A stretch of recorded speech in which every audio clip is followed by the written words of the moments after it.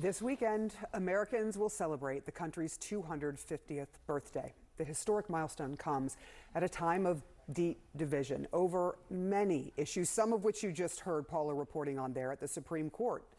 Many people wonder if where we are now is anything like the country's fathers intended or envisioned.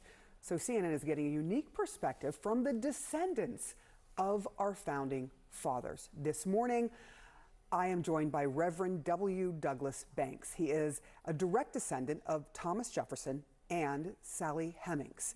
I do want to quickly start with this because we were just talking with our reporter at the Supreme Court about the Supreme Court perhaps changing an interpretation of the Constitution and deciding whether or not being born in this country actually ensures you are a citizen of this country. I wonder what you, as a descendant of Thomas Jefferson and Sally Hemings, make of that.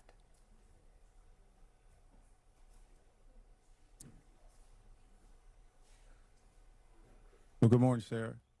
I make of that America is really in a dangerous but revealing moment right now. And we're discovering whether we love democracy as a system of shared responsibility or just a tool to win for our own side.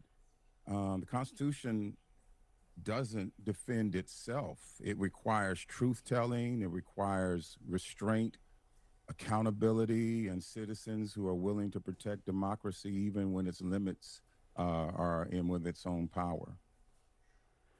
Your family's place in American history is extremely complex, but at the same time, not unusual during slavery. You were the descendant of Sally Hemings, a slave, and Thomas Jefferson, who owned her. How do you reconcile that? Because there was so much talk about that, especially during some of the social justice protests that we saw, people asking for certain statues, for example, to come down. How do you reconcile that?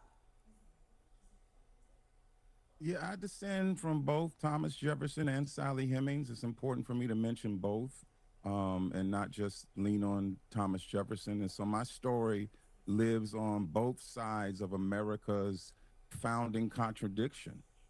The man who wrote all men are created equal literally meant men only.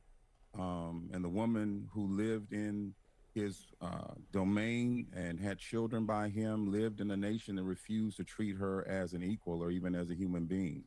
And so one of the things that I've been able to understand is that none of us have control over how we got here, the DNA that we may have inherited, but we do have control over what we do with it.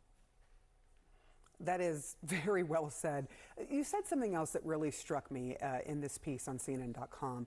You said we have to be brave enough to come out of our hiding places. In America, there's been so much divisiveness and separation, and that emphasis on that has been profound. So what would be your advice as a descendant of two people who are clearly with these desperately opposing views? What would be your advice to all of us on this birthday? You know, as the 250th anniversary comes, we should both celebrate and examine. We can celebrate the ideals of the Declaration, but we've got to also examine who was excluded. A mature nation doesn't need myths to love itself. A mature nation can tell the truth and still choose hope. America's greatness isn't seen in its perfection.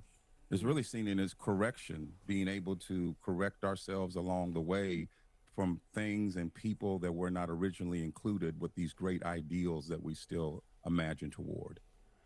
Reverend W. Douglas Banks, thank you. You've taken us to church this morning. You didn't even have to try. I know it's what you do, but I do appreciate your sentiments this morning. It really is something to consider. Do appreciate you.